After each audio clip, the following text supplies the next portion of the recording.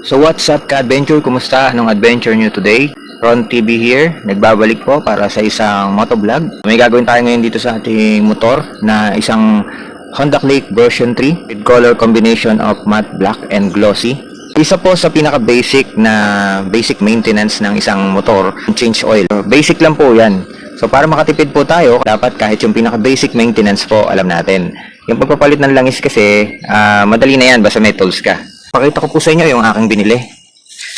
Ito po yung aking binili dyan sa motor shop sa labas. Bumili po ako ng langis. Pro Honda po ito, yung kanyang brand. Fully synthetic scooter oil po ito. So ang kanyang specific po ay 10W30SL, 1 liter po ito. Pero ang gagamitin po natin sa ating motor kapag nagpalit tayo ng langis ay 800 ml lang. No? Susukatin natin yan, babawasan natin ng 200 ml.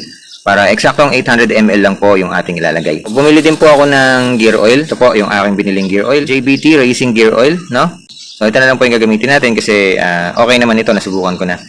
So sa pagpapalit po ng langis, ang ginagawa ko po kasi sa aking unit ay every 1.5 nagpapalit po ako ng langis.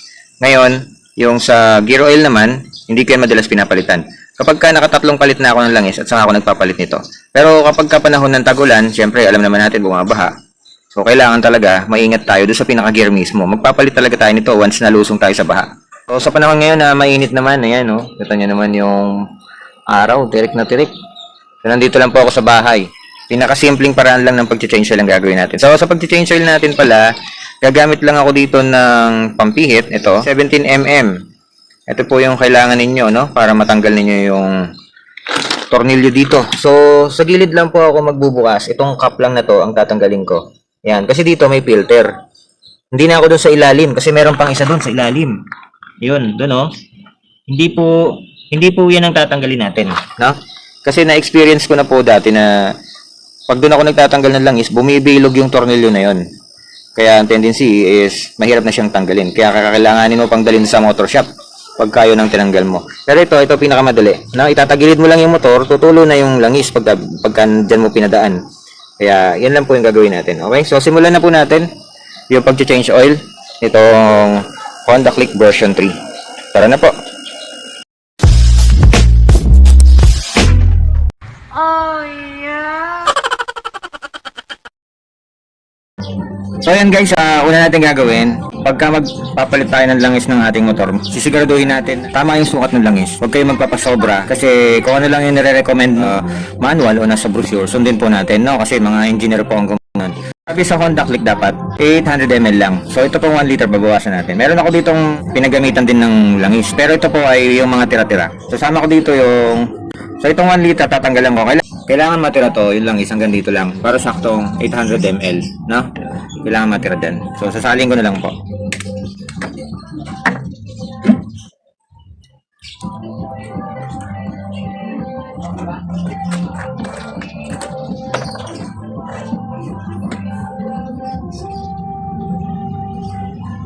Kulay mantika siya guys, oh. Malinaw. Tingnan natin. Hop, konti pa. Dapat hanggang dito, ayan. Alam niyo ginagawa ko? Yung mga ganito sobra-sobra, magagamit niyo pa to eh. Sa susunod lang, sumobra naman. Nabawasan ng gusto. So, anyway, ano naman to? Parehas lang. So, nung nagpalit akong huli ng langis, ginamit ko nga pala pang Yamaha. Pang Mio yung ginamit ko. No? So, okay lang yun kasi parehas lang naman sila. Fully synthetic din yun. So, guys, ito. Ayan. Nabuo na natin yung 800 ml. Ayan. So, ito na yung gagamitin natin ngayon. Pagka natanggalan natin yung langis to. Yung luma, tanggalin na natin. Tara na. So, ayan guys. Tanggalin na natin itong tornilyo na to. No? So, wala nga pala akong pansalo ng langis kaya gumagamit. Ito na lang yung gagamitin ko, no? So, maglalagay lang ako ng isa pang kahoy dito kasi tutulo yan.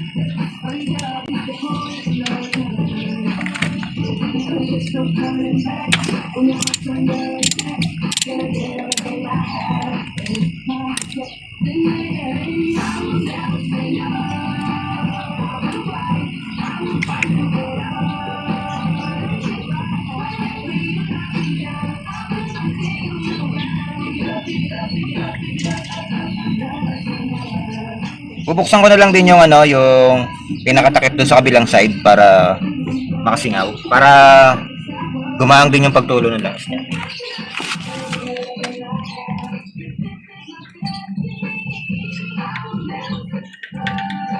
So ayan guys, mahina na yung tulo ng langis.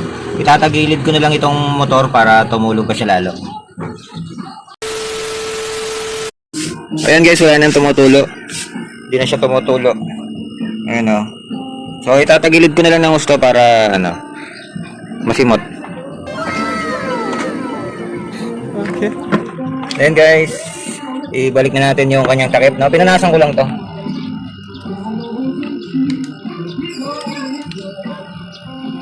Balik na natin para mapalitan na natin mamaya.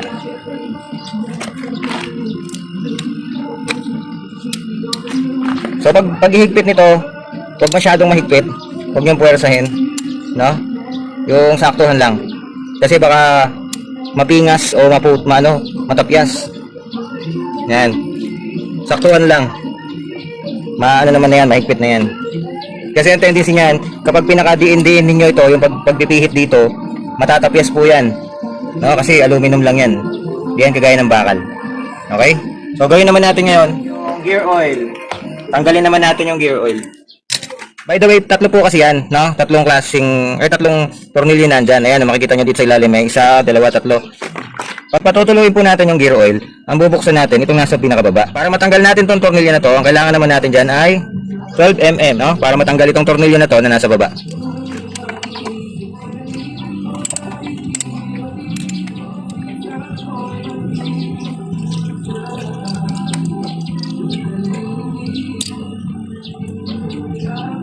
Yan po. Diyan po pinatutulo yung gear oil. Yan. So malinis pa naman yung langis natin, oh. Malinis pa. Pero syempre papalitan na natin kasi nakatatlong change oil na po tayo. Ganyan, tanggalin niyo lang po. So bali ito pong tornilyo na to. Huwag niyo pong kakalimutan, no, baka po kasi maiwala niyo yung may washer po 'yan. Ayan, oh. Habang pinapatulo natin yung gear oil, punasan na natin 'to. Ayan. Ito pa yung sinasabi ko sa inyo, may washer po 'yan. Diba, baka paghugot nyo to maiwan. Minsan kasi nakadikit ito. Baka paghugot nyo maiwan to. Tapos malaglag sa langis na pinagpapalitan. So ingatan nyo po yan. Itagilid ko na po yung motor para tumulo na siya ng gusto.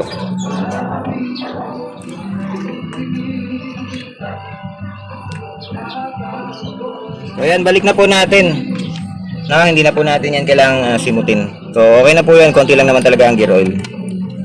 Hindi siya kagaya nung pinakalangis talaga natin sa makina. 800 ml kasi yun.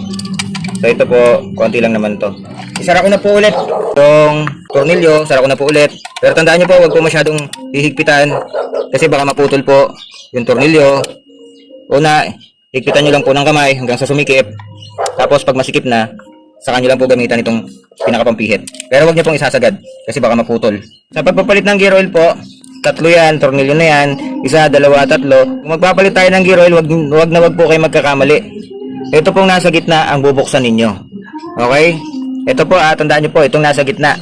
Wag po ito.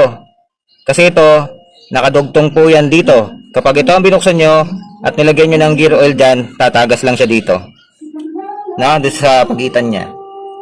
So ito po ang tatanggalin natin, yung nasa gitna.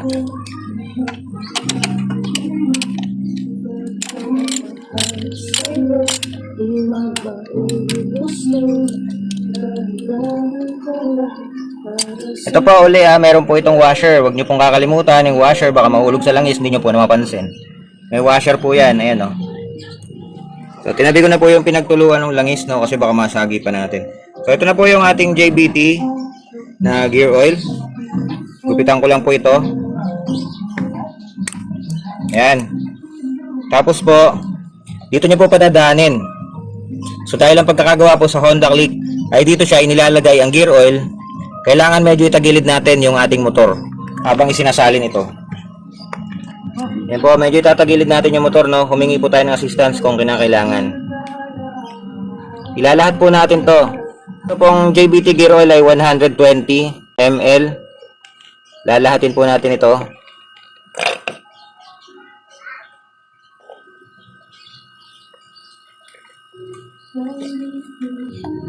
So ginugupit ko po yung dulo kasi ayaw pong bumaba lahat ng langis eh. Ayan.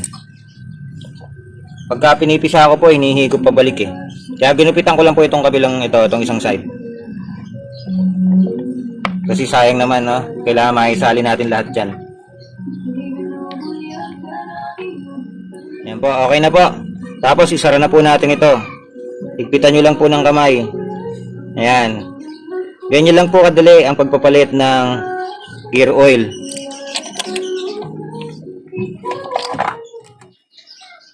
So, yan guys, dito na tayo sa kanyang salinan ng langis, no? Ayan, no? Ayan, para hindi matatapon yung langis nyo. Pero syempre, dahan-dahan pa rin, ha? Kasi, sayang. Baka pansinin nyo rin doon sa ilalim, habang nagsasaling kayo, baka tumatapon. So, ito po yung ating 800 ml na langis, isasali na po natin. So, make sure na bago nyo isalin to, naisara nyo na po yung takip doon sa kabilang side, doon sa gilid. No, yung tornilyo doon, yung cap. Dapat, lagi nyo rin pong i-check kung natutuyuan kayo ng langis, no? So, yung itinabi nyong 200 ml, huwag nyo pong itatapon, magagamit nyo po yun. Kapag ka napapansin nyo na bumababa yung level ng langis, so, yun na lang din po ang ipangdagdag ninyo. So, simutin lang natin kasi sayang po yung bawat patak. Yan, okay na. So, pwede na po natin tong isara, no? Make sure po yung ganito nyo, check nyo po, no? Yung o-ring nya, yan, yung goma, make sure po na nandyan, ha? Kasi kahit ilagay nyo to, kasi biglang nawala pala tong goma, baka mag-leak po. Okay? Sara po ito. Pwede nyo po itong isara ng kamay or pihitin nyo po ng plais para humigpit, no? So, yan po, dahil naisali na natin yung langis, buksan na po natin yung ating makina. Tapos, paandarin na po natin para umikot po, mag-circulate yung langis.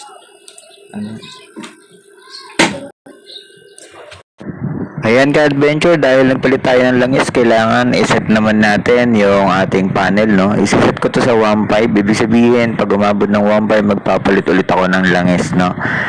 Ayan. Yan, mapapansin nyo, hindi pa nawawala yung change oil indicator. Ganito lang po kadali. Para mawala yan, i-off nyo po muna yung susian. Tapos, kapag naka-off yan, pindutin nyo lang po itong button sa may kanan. Pindutin nyo lang po yan, mga 5 seconds, saka ibukas nyo yung makina. Ayan. So, yan. Nakita nyo, nawala na yung change oil indicator.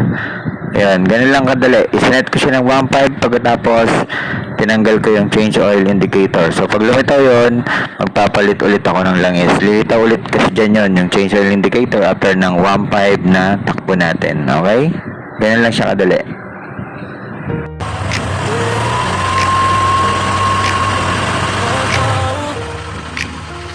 At yun na po ka-adventure, doon na po nagtatapos ang video na to, no, regarding sa pag-change ng Honda First 3. Salamat ka-adventure, sana may natutunan ka. No, ka-adventure, muli ito si Ron TV Adventurero nagsasabi na ka-adventure, gawin mo ang tama kahit walang nakakakita. Okay? Peace out. Sasamahan ka sa saya, dadamayan sa lungkot, hindi ka iiwan, magmahal man ang gasolina, magra-reach tayo kahit saan mo man gusto, mula apare hanggang hulo.